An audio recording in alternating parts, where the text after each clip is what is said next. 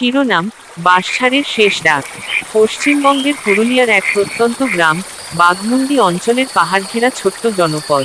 চারদিকে লালমাটি, শাল পিয়াল গাছ, আর গ্রামের এক প্রান্তে বিশাল এক বাঁশঝাড়। দিনের বেলা জায়গাটা শান্ত, কিন্তু সন্ধ্যার পর কেউ ওদিক দিয়ে যায় না। গ্রামের বয়স্ক মানুষরা বলেন, ওই বাঁশঝাড়ের পাশের মাটির রাস্তায় মাঝরাতে কেউ যদি নাম ধরে ডাক শোনে, কোনোভাবেই সাড়া দেওয়া যাবে না। কারণ যে ডাকে, সে মানুষ নয়। এই গল্প প্রায় 10 বছর আগের। সৌমেন ছিল শহর থেকে আসা এক যুবক। পেশায় সে একজন ভিডিও কন্টেন্ট ক্রিয়েটর। গ্রামবাংলার অদ্ভুত লোককাহিনী আর বাস্তব ঘটনার অনুসন্ধান করাই ছিল তার কাজ। সে শুনেছিল বাঘমুন্ডির বাঁশঝাড়ে নাকি রাত 12টার পর অদ্ভুত ডাক শোনা যায়, মানুষের পরিচিত কণ্ঠে। গ্রামে পৌঁছে সে প্রথমেই এই বিষয়ে খোঁজ নিতে শুরু করে। গ্রামের এক বৃদ্ধা বলেছিলেন, বাবা, ওই বাঁশঝাড়ে একসময় এক মেয়ের মৃত্যু হয়েছিল। বৃষ্টি রাতে হারিয়ে গিয়েছিল। 3 দিন পরে তার দেহ মিলেছিল ঝোপের ভেতর।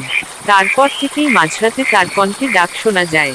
সৌমেন হেসে বলেছিল, কেউ নিশ্চয়ই ভয় দেখানোর জন্য এসব করে।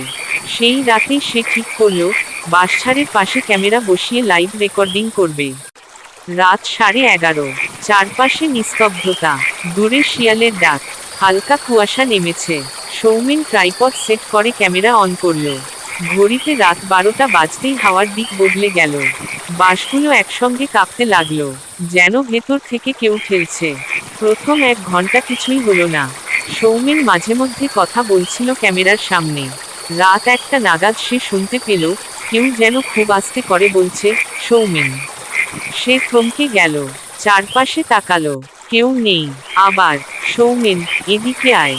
এইবার শব্দটা স্পষ্ট, কিন্তু আশ্চর্য বিষয়, কণ্ঠটা ছিল তার মায়ের মতো।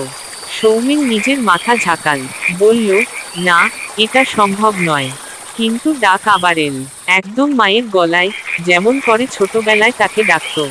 বাঁশঝাড়ের ভেতর থেকে একটা আলো জ্বলে উঠল, মৃদু নীলচে আলো। সৌমেন ক্যামেরা হাতে নিয়ে এগোতে লাগলো। মাটির রাস্তাটা কাদা, তার পায়ের শব্দ ছাড়া আর কিছু শোনা যাচ্ছে না। হঠাৎ তার ফোনে নেটওয়ার্ক চলে গেল। লাইভ বন্ধ হয়ে গেল।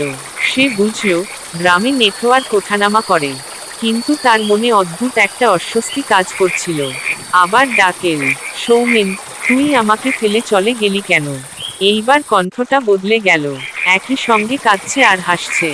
সে বাঁশঝাড়ের একদম ভেতরে ঢুকে পড়ল। আলোটা সামনে সরে যাচ্ছে, যেন তাকে টেনে নিয়ে যাচ্ছে গভীরে। হঠাৎ সে দেখল, একটা মেয়ের অবয়ব দাঁড়িয়ে আছে। ভেজা চুল, কাদা মাখা শাড়ি, মুখ দেখা যাচ্ছে না। মেয়েটি ধীরে ধীরে মুখ খুলল। তার চোখ দুটো ফাঁকা, কোনো মনি নেই, শুধু সাদা। সে বলল, আমাকে সবাই ফেলে গিয়েছিল, তুইও যাবি? সৌমেন পিছিয়ে যেতে গিয়ে হোঁচট খেল। ক্যামেরা পড়ে গেল মাটিতে। বাঁশগুলো একসঙ্গে ঝুঁকে পড়ল তার দিকে, যেন শত শত হাত তাকে জড়িয়ে ধরছে। পরদিন সকালে গ্রামের কয়েকজন মানুষ বাঁশঝাড়ের পাশে তার জুতো আর ভাঙা ক্যামেরা খুঁজে পায়। সৌমেনের আর কোনো খোঁজ মেলেনি। ক্যামেরার মেমোরি কার্ডে শেষ ফুটেজ দেখা যায়, সৌমেন দৌড়াচ্ছে, আর তার পিছনে দাঁড়িয়ে আছে সেই মেয়েটি। তারপর হঠাৎ করে স্ক্রিনে স্ট্যাটিক, আর শোনা যায় একসঙ্গে অনেকগুলো কণ্ঠ, সবাই তার নাম ধরে ডাকছে। এরপর থেকে গ্রামে নতুন নিয়ম হয়েছে। রাতের পর কেউ যদি বাঁশঝাড়ের দিক থেকে নিজের পরিচিত কণ্ঠে ডাক শোনে, সে চুপ করে থাকে। কারণ গ্রামের মানুষ জানে, যে সাড়া দেয়, সে আর ফেরে না।